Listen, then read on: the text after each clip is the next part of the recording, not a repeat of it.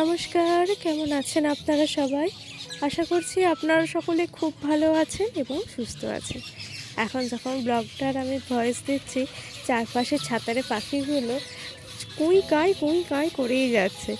দেখলাম না থাকুক, প্রকৃতির এইটুকু শব্দ না হয় আপনারাও শুনলেন। আজ রবিবার, সকাল এখন 6টা বাজে। সকাল থেকেই প্রচণ্ড বৃষ্টি। এই বৃষ্টি মনে হচ্ছে এখন আর বিদায় নেবে না।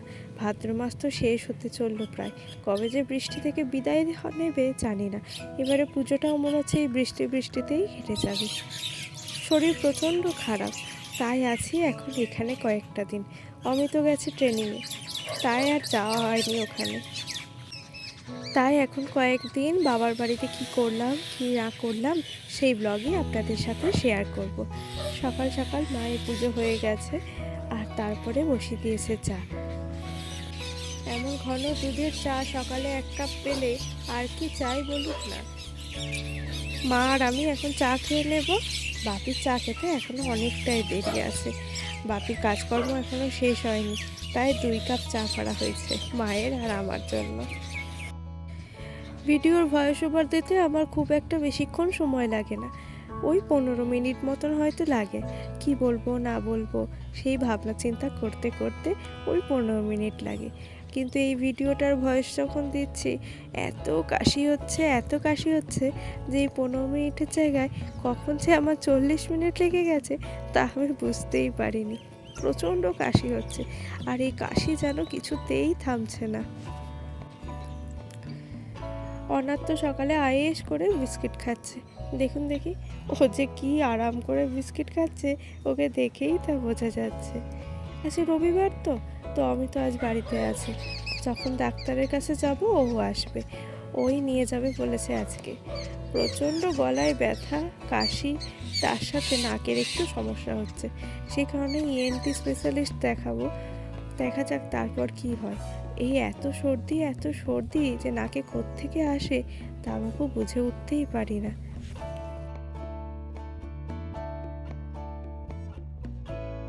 আজ সকাল থেকে আর তেমন কিছু রান্না হয়নি। প্রচণ্ড মুখ খারাপ, কিচ্ছু খেতে ইচ্ছে হচ্ছে না। সেই কারণে মা বলেছিল আজকে একটু উচ্ছে দিয়ে চচ্চড়ি করে দেবে। জ্বর মুখে তেঁতোটা খেতে কিন্তু খুব ভালো লাগে, আর তার সাথে টকটা খেতেও ভালো লাগে। তো মা আজকে উচ্ছে চচ্চড়ি করবে, আর এই যে খোকা ইলিশ করবে। খোকা ইলিশটা বের করে রেখে দিলাম। এই যে কালো কালো স্পটগুলো দেখছেন, এগুলোই কিন্তু খোকা ইলিশ চেনার একটা চিহ্ন বলা যেতেই পারে। আচ্ছা উচ্ছে চচ্চড়ি কি আপনারা কখনো টেস্ট করে দেখেছেন? না করলে একবার এই রেসিপিটা দেখে নিন, টেস্ট করবেন। কিচ্ছু না, উচ্ছের সাথে আরও কিছু সবজি টবজি দিয়ে একটু সর্ষে বাটা দিয়ে করতে হয়, ভীষণ ভালো লাগে। আর সত্যি বলতে ভাত খেতে তো এখন একদমই ইচ্ছে করছে না, কারণ এতটাই মুখটা খারাপ হয়ে আছে, সমস্ত কিছু তেতো লাগছে যাই খাচ্ছি না কেন। কিন্তু এই উচ্ছে দিয়ে যে কি আরাম করে একটু ভাত খেয়েছিলাম তা আর কি বলি। আবার এখন বৃষ্টি চলে এসছে, সকাল থেকে বৃষ্টি হচ্ছে। এই বৃষ্টির মধ্যে দিয়ে কী করে যায় ডাক্তার দেখাতে তাই এখন ভাবছি। একেই তো ঠান্ডা লেগেছে, তার উপর আবার না বৃষ্টিতে ভিজেই যেতে হয়। মায়ের রান্না করতে করতে তেল গেছে শেষ হয়ে, সেই কারণে বাপিকে ডাকলাম। বাপি এই যে তেল ঢেলে দিচ্ছে। এত বড় জায়গার থেকে তেল ঢালা সত্যিই একটা রিস্কের ব্যাপার। আর তার উপর তো নিজের ওপর কোনো জোরই পাচ্ছি না যে আমিই মাকে বলবো আমি ঢেলে দিচ্ছি, তাই আবার বাপিকে গিয়ে ডেকে আনলাম। এখন মা বসাচ্ছে উচ্ছের চচ্চড়ি। খুব ভালো করে দেখে নিন দেখি কিভাবে কি করছে, একদিন করে দেখবেন। বিশ্বাস করুন এটা দিয়েই না 1 থালা ভাত খাওয়া হয়ে যাবে। আবার যদি এরকম জ্বর মুখে খেয়ে থাকেন অমৃত লাগবে, সত্যি বলছি, একবার চেষ্টা করে দেখবেন। মায়ের মুখেই শুনেছি নুন নাকি সংসারের লক্ষ্মী।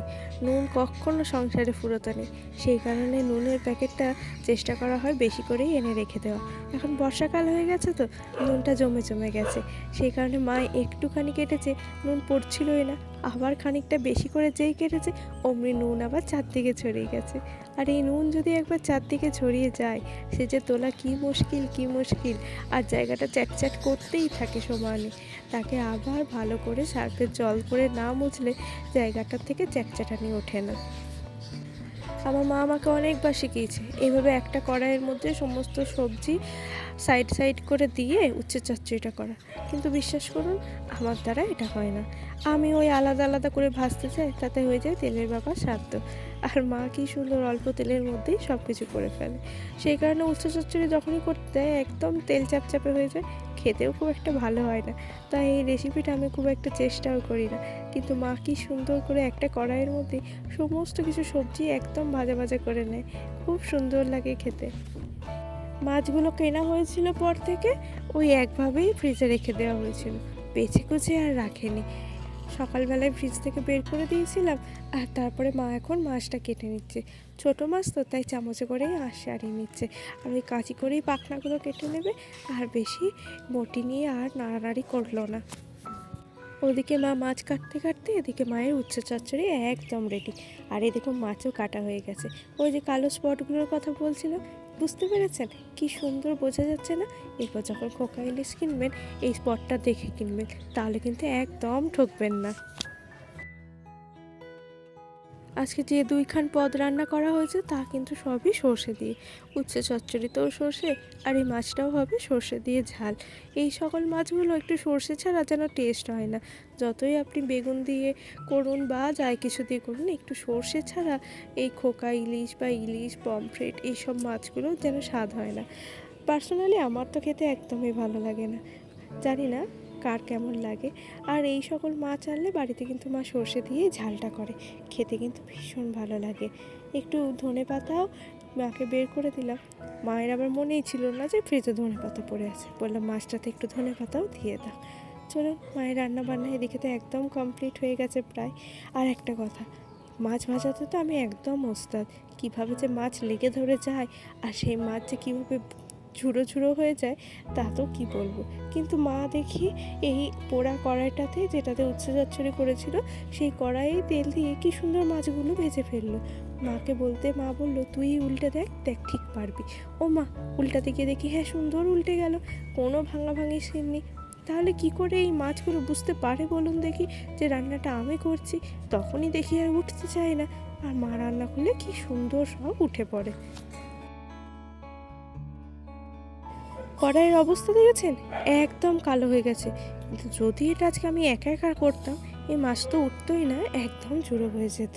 মা সর্ষে দিয়ে দিয়েছে, আর সর্ষে দিয়ে তো বেশি ভাজলে তেতো হয়ে যাবে, সাথে সাথেই জল দিয়ে দিয়েছে। এখন মা কড়াইয়ে আবার তেল চাপিয়ে দিয়েছে। এখন হবে একটু আলু ভাজা। মাকে বললাম একটু ঝাল ঝাল করে আলু ভাজা করে দাও, একটু আলু ভাজা দিয়ে মুড়ি খাই, কিচ্ছু খেতে ভালো লাগছে না। সেই কারণে এখন চাপিয়ে দিয়েছে আলু ভাজা। আলু আর কাটিনি, ওই সেদ্ধ আলু ছিল ওটাতেই ভাজা করে দিচ্ছি। ভীষণ ভালো লেগেছিলো এই আলু ভাজাটা খেতে। আর সর্দির সময় কালো জিরেটা খাওয়া বেশ উপকার।